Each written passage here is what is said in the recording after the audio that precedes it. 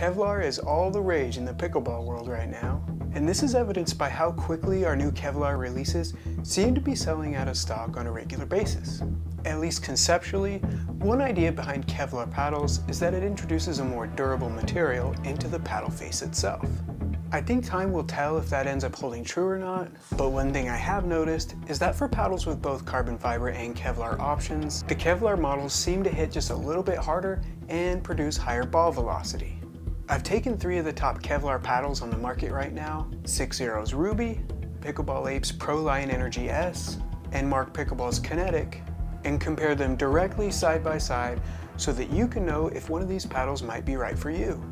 These paddles all come in at different prices, but you can use this channel's discount code PBMED to get a full discount on any of these models, and we'll do a price comparison later. And I'll say up front that each of these paddles is pretty awesome in their own regard, and they do play quite differently from each other. So let's get right into it. A noticeable difference right off the bat is that the Ruby is 100% Kevlar, while the Proline Engery S and the Kinetic are both hybrids of carbon fiber and Kevlar. And this is pretty easy to tell just by looking at them, as you can see that the continuity on the paddle face is different between the 100% models and the hybrids. All 3 of these paddles are marketed as hybrid shapes, all having those round upper corners, but the Proline Engery S sits just a little bit taller at 16.4 inches compared to the roughly 16.25 inch height of the Ruby and Kinetic.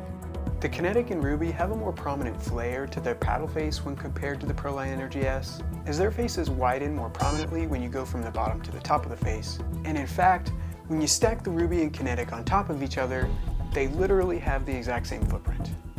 Depending on where they end their official measurements, each reports a handle length varying from 5.3 to 5.5 inches. But when you compare these side to side, they look the exact same.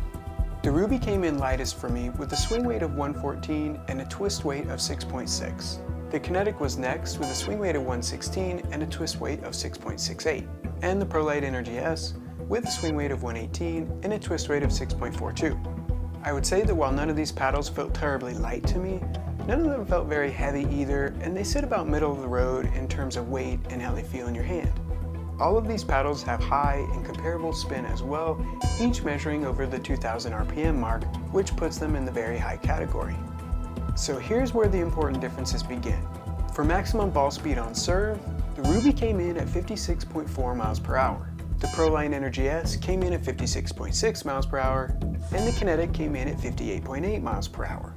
These are all pretty high levels of velocity, and while it might not seem like a big difference numerically, it's actually a pretty decent difference, comparatively speaking, in how each of these paddles feel power-wise compared to each other. This trend matched what I found to be true during gameplay in terms of power, with the Kinetic easily hitting the hardest out of these 3 paddles, so much so that I added lead tape at the 5 and 7 o'clock positions just to see what it felt like, and I ended up taking it off because I thought it was too much. Of course, that's not saying a ton for me. Control usually is the weakest part of my game. The Ruby and Kinetic did also generate good power though, just a couple notches down from the Kinetic. In comparing them each to each other on how the paddles felt when making contact with the ball, the Ruby certainly felt the most soft of these 3, with the Kinetic being the least soft and the Proline Engery S being somewhere in the middle.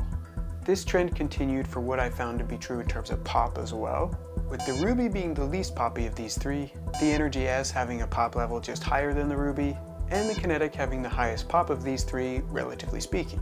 This translated to the Ruby being the easiest to control of these 3 paddles on the court, with the Proline Engery S also being high in control, but just a little bit less than the Ruby, and the Kinetic having an average level of control when compared to the general market, but having the least level of control when compared to this group of 3.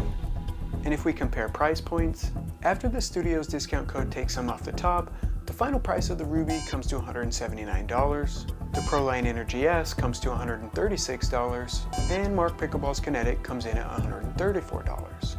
I think the price of the Ruby is fair, especially considering how wildly popular it's been, and I think the final price of the Proline Engery S and the Kinetic are actually really good bargains for the value that you get with those paddles.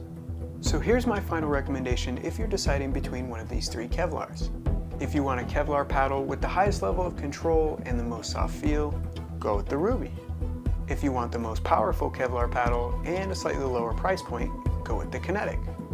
And if you want a Kevlar that has a little of both worlds with pretty good power and pretty good control and an equally low price point, go with the Proline Energy S. I hope this review was helpful, and if it was, slap that subscribe button, and I'll see you here for the next one.